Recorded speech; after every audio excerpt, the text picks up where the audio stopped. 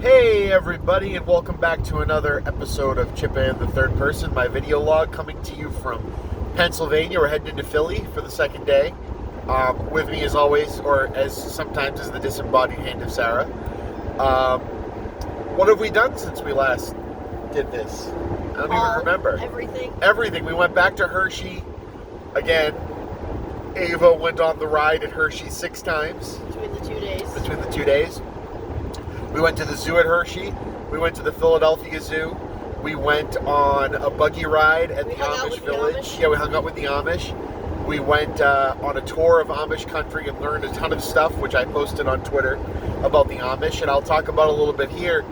What I didn't realize is that it's not that religiously they don't like power or nowadays conveniences. So, like, for example, they won't have electrical power, not because they think electricity is bad, but because religiously, following, I guess, a really literal translation of something from the book of Exodus, it said you should not be connected to the community, you should be, or to the rest of the world, you should be separate.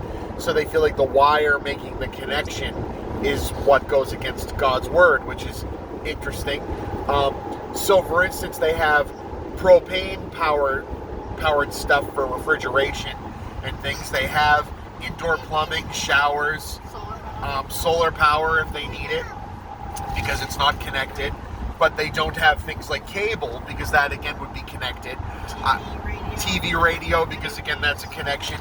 They do, some of them have phones on the property, whether they're cellular or wired, but they're always on the outskirts in a little barn that they have to make a choice to go out and check and use. And the powered stuff, like gas-powered machinery, they use to move heavy things around, like large bales of hay and everything, but it's not allowed to be used for any of the farming. So the actual, like, cutting of crops. The whole idea is that nothing should be convenient. That's where the horse and buggies come from, is it stops them from going too far from their home, which is the most important part. Also, they have no central church. They hold church at each other's homes, and they pick a different person.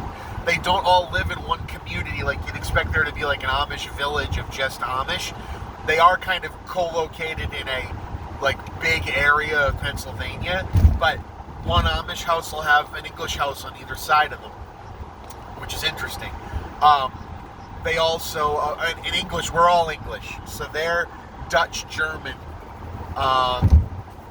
I don't know what, I guess it's Dutch, but it's also German, but it's also this, but it's also that.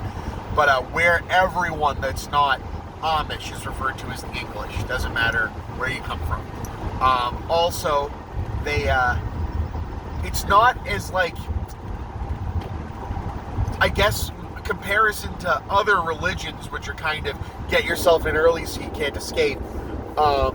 This one, they don't baptize you till you're an adult, till you're fully ready to make the decision and this is the way you want to live your life. So you're brought up in it, but you're welcome to marry out and leave, or just leave before you're baptized, and you can still be part of the community. You can still come visit your family, you can still live near your family, you get to see them all. But if you get baptized and then leave, that's when they do the shunning that you've probably read about, which they basically excommunicate you from your family and friends. It's pretty awful from what it sounds like. So, all interesting stuff.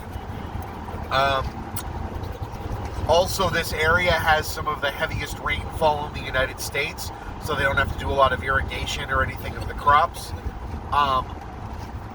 They make primarily it's alfalfa, tobacco, corn, are the big ones. Also pumpkins and things in the fall, berries and all that. Only 20% of the Amish actually farm. The other 80% have gone into entrepreneurship or into trades. So cabinet making, building houses. And you look at these houses, a lot of the recent ones, they look like modern, beautiful houses. They just don't have all the extra amenities, tchotchkes and other stuff lying around.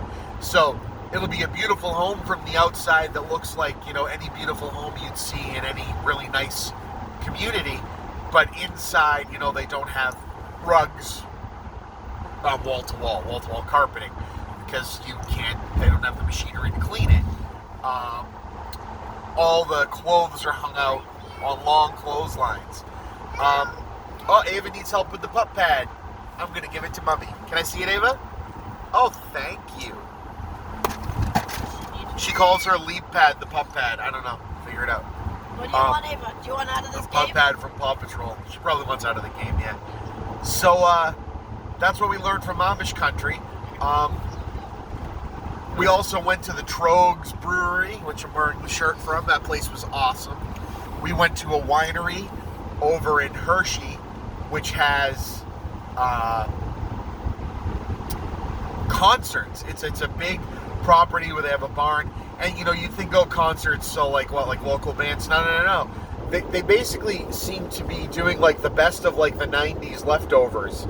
They had Everclear last summer. They had Three Doors Down, who've gone way lower on my list after doing the Trump rally. But hey, what are you gonna do? Also, what was the band? It was Eve 6, not Matchbox 20. Come on, Bob Dylan's son's band. Oh, the Wallflowers.